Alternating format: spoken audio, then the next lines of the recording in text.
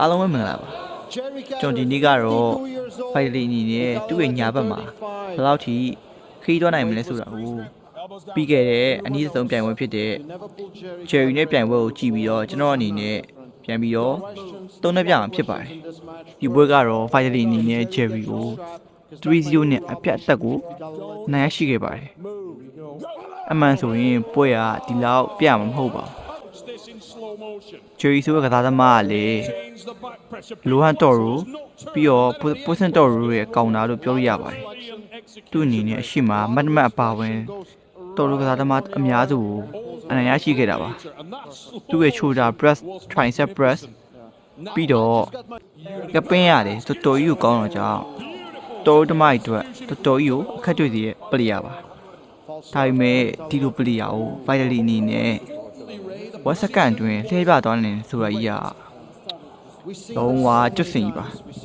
ဒီကတော့ finally အနေနဲ့ပြင်ဆင်မှုအားကောင်းတယ်လို့ပဲပြောရမှာပါခုလက်ရှိအချိန်ဒီမှာကဘာဘယ်ဘက်ရောညာဘက်လုံးမှာတော်ဝမ်းဖြစ်ဖို့ chance များနေတဲ့အမြောက်ရှိပါတယ်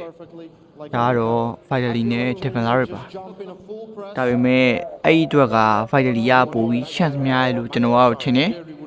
ဘာဖြစ်လို့လဲဆိုတော့အခုလက်ရှိဘယ်ဘက်ရဲ့တော်ဝမ်းဖြစ်လို့ညာဘက်မှာလေ Cherry လူကစားသမားမျိုးအခုလိုအပြတ်တိုင်နိုင်တာက finally နဲ့အရာထက်ပိုပြီးတော့စောင်းလာတယ်နောက်တစ်ခုက finally အနေနဲ့တက်ကင် offensive ကစားသမားပါအဲ့ဒါကြောင့်အခုလက်ရှိ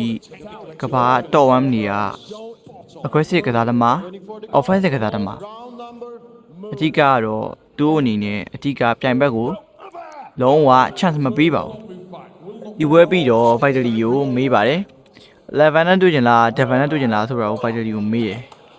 finally အနေနဲ့11နဲ့တွေ့ကျင်တယ်ဆိုပြီးတော့ space out အောင်လုပ်ခဲ့ပါသေးတယ်ဒါပေမဲ့ဒုညောက်ပွဲက11ရဲ့ injury ကြောင့်ဖြစ်မလာတော့ပါဘူး